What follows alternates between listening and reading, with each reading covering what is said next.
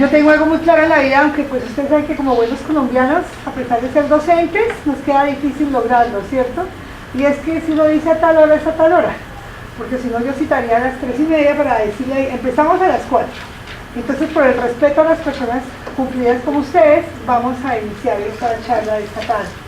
Quiero agradecerles la asistencia, la participación. Estamos aquí en manos del... ¿cómo es el nombre?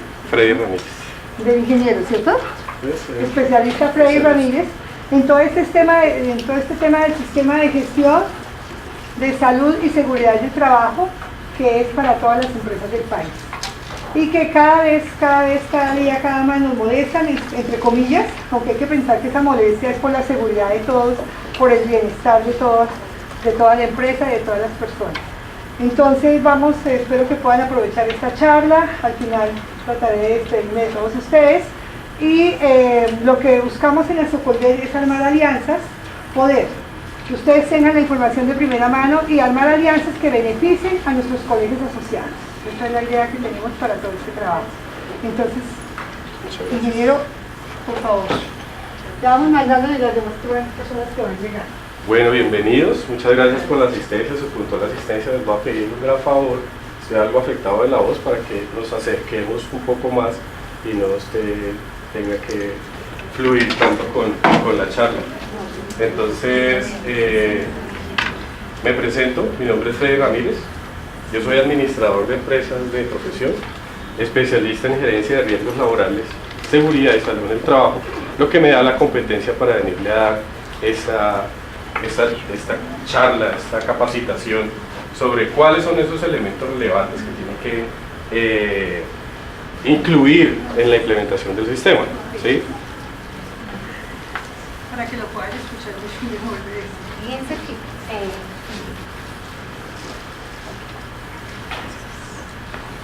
Además de esa especialización que me da la facultad y la licencia de salud ocupacional, antes llamada salud ocupacional, hoy llamada seguridad y salud en el trabajo, soy auditor interno para normas internacionales como NORSOC, la ISO 9001 y nuestra colombiana, que es la RUC, no sé si ustedes la conozcan, que es de parte del Consejo Colombiano de Seguridad, el ente que establece de la mano del ICONTEC todas esas normas en seguridad y salud, o salud ocupacional, lo que antes era salud ocupacional.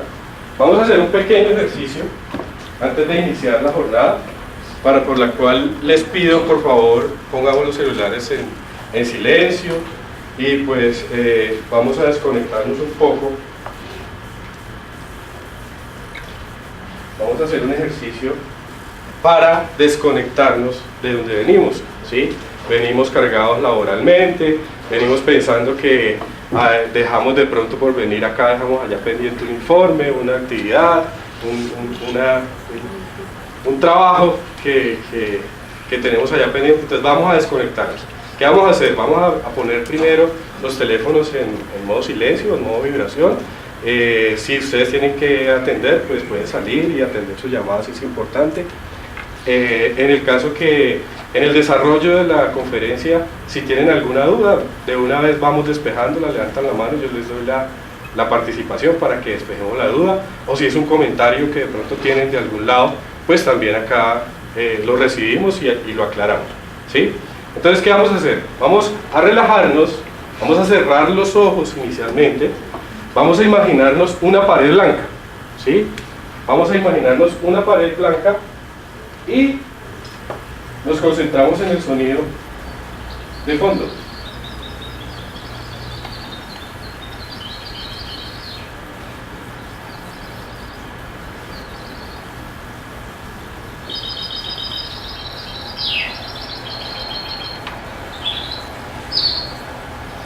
Solo pensando en esa pared blanca.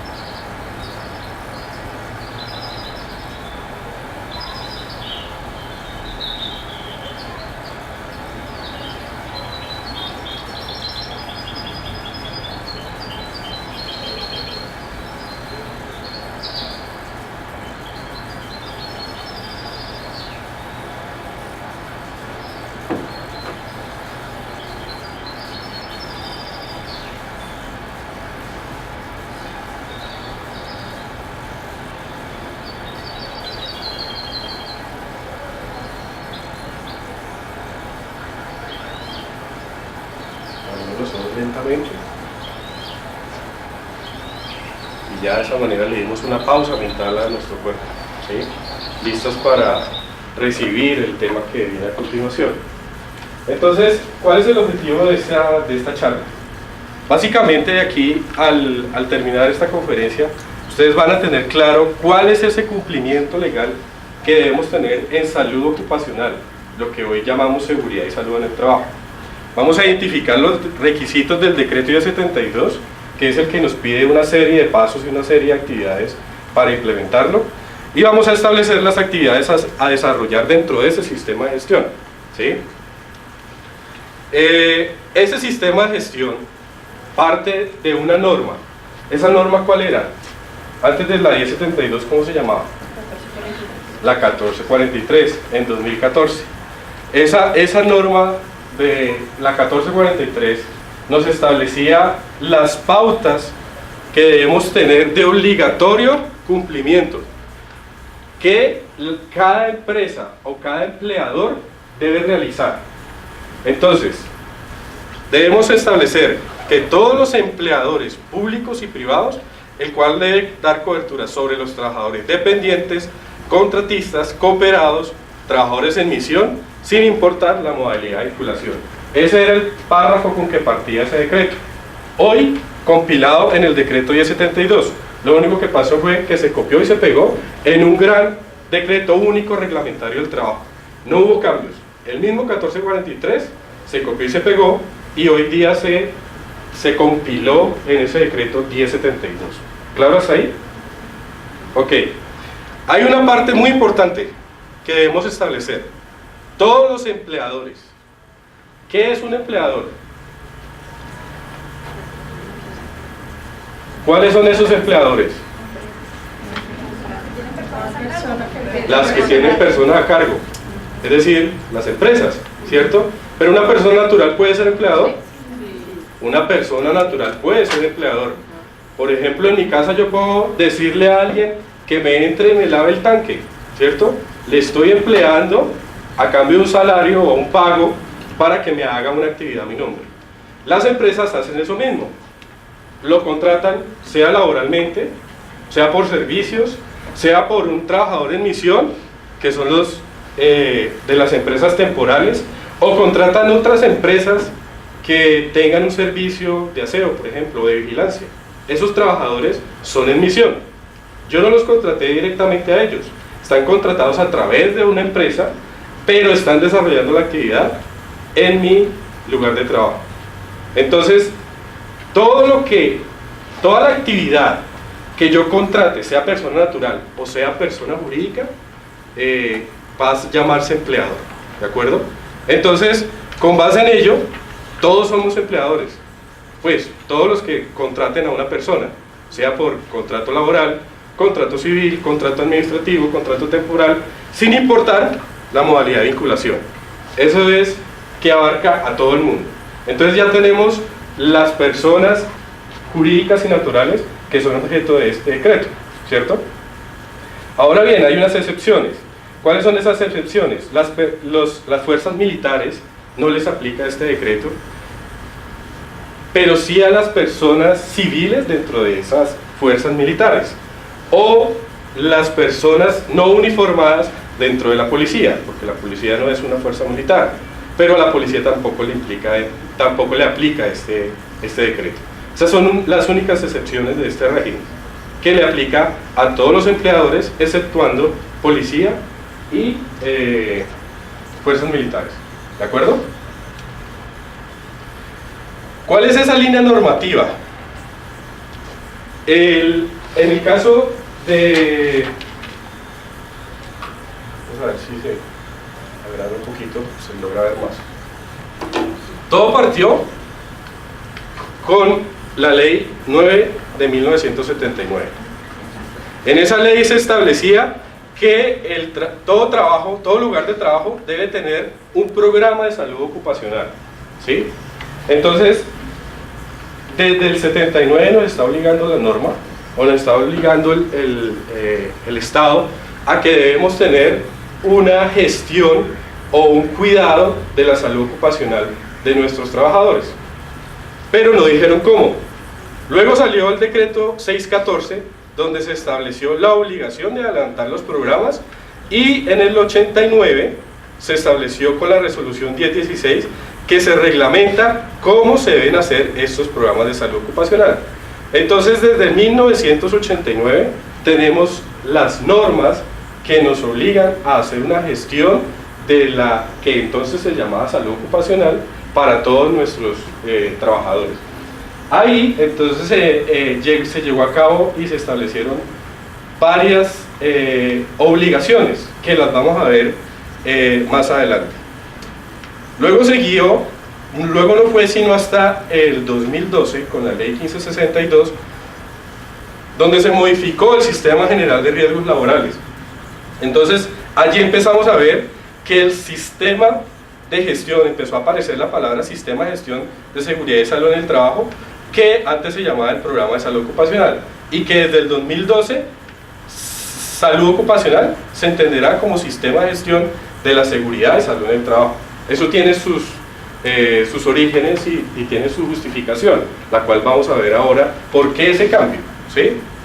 Luego salió el decreto 1443, que se compiló en el 1072 y junto con el 472 de 2015, donde reglamentaron las multas.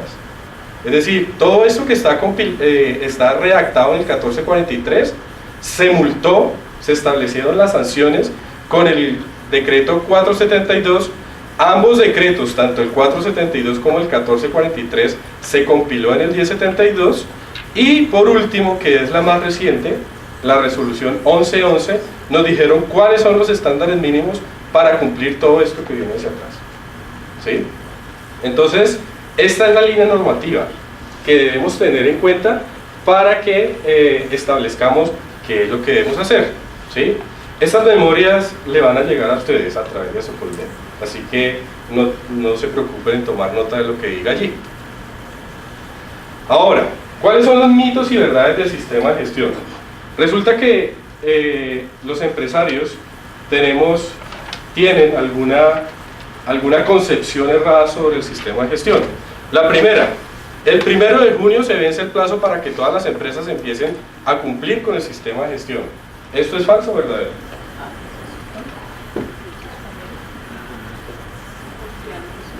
¿Qué opinan? Pues lo que sucede es que las empresas deben demostrar cumplimiento en el sistema. Ya la ampliación no es como las fases que trae ahora desde la 052, donde dice que se amplía, pero pues el tema es no contar una fecha, sino que deben demostrar gestión, y lo que sucede ahora es que están por fases, digamos que lo ponen una clasificación por fases. De acuerdo, entonces que empiecen a cumplir es falso, ¿sí? Porque lo que se empieza es a realizar. A partir del 1 de junio se empieza a implementar esas fases que con la resolución 1111 nos establecen, y que vamos a ver más adelante, nos establecen de qué manera se implementa ese sistema de gestión, ¿sí? La segunda, el programa de salud ocupacional, ahora sistema de gestión, es un documento. ¿Ustedes qué opinión tienen al respecto? Falso, porque precisamente ya no se llama programa, sino es un sistema de gestión que es un proceso lógico y por etapas que tiene el PHBA, entonces pues por eso cambia. De acuerdo, pero cuando se establecía el programa de salud ocupacional y tal vez los auditores iban a una empresa, les decían, muéstrenme el programa de salud ocupacional, y les sacaban el libro empolvado de por allá del libro, este es mi programa, ¿cierto? Y hay algunos empresarios que tienen la concepción que el programa es el compendio de documentos, y que ya tienen sus documentos que bajaron por internet y solo le cambiaron el logo y el nombre y ahí ya tiene su programa, ¿sí? Pero resulta que el programa, como le indica, ¿me recuerda su nombre? María E. Montoya. ¿María? María E. Montoya. María E. es no solamente esa planificación que está en los documentos, sino realizar las actividades que yo planifiqué en esos documentos, que ya vamos a darle extensión a ese tema, ¿sí? Cuando se asigna el responsable de seguridad y salud, él será el único que responde. ¿Ustedes qué opinan? ¿quién responde? ¿Quién es el responsable de garantizar la seguridad y la salud en cada empresa? Correcto. Es el empleador, a través del representante legal, quien debe responder por cada uno de sus de todas esas actividades, o lo que dejó de hacer o lo que hizo mal. Él es el único responsable. Es decir, el hecho de que él coloque un responsable de la seguridad y la salud no le está cediendo ese deber o esa responsabilidad suprema, general, de que solo lo que haga él y yo me lavo las manos. No, el empleador, es decir, el representante legal, que es la cabeza visible, la alta dirección, o quien responde y quien asigna recursos, es el que debe garantizar la ejecución de todas las actividades del sistema de gestión, ¿sí? Y mientras se hace transición del programa de salud ocupacional al sistema de gestión, estarán vigentes las normas anteriores a este último. ¿Ustedes qué opinan? ¿Sí? Entonces, esa es la única verdad que tenemos. En este momento, a partir del 1 de junio, no es que debemos empezar a cumplir. A partir del 1 de junio lo que debemos es organizar todo ese cumplimiento, que son unos temas legales, una normatividad que viene precisamente desde el 89 y que debe asegurar que se cumpla, y no por el solo hecho de decir que es que como yo tengo plazo hasta el 1 de junio, yo no puedo tener, por ejemplo, exámenes médicos, o es que yo tengo plazo hasta el 1 de junio de realizar la encuesta psicosocial a mis trabajadores, ¿sí? Esas son normas independientes que vienen desde mucho atrás y que hay que darle cumplimiento específico a cada una de esas normas, y que establece que después con el sistema de gestión se van a concatenar, se van a organizar. Entonces vamos a ver cuáles son esas normas que están actualmente vigentes. Primero, tenemos la básica, la base de todas las normas, la 1016 de 1989. Allí establecía que debería tener un programa de salud ocupacional. Entonces, el programa de salud ocupacional sí, estaba escrito y estaba diligenciado en un cuaderno, en un libro, pero allí tendría que enfocar la planeación, la organización y ejecución de las actividades. Desde 1989 estamos hablando de actividades, es decir, no son solamente documentos, sino ejecutar una serie de actividades que previamente fueron planificadas, se organizaron y también hay que evaluarlas.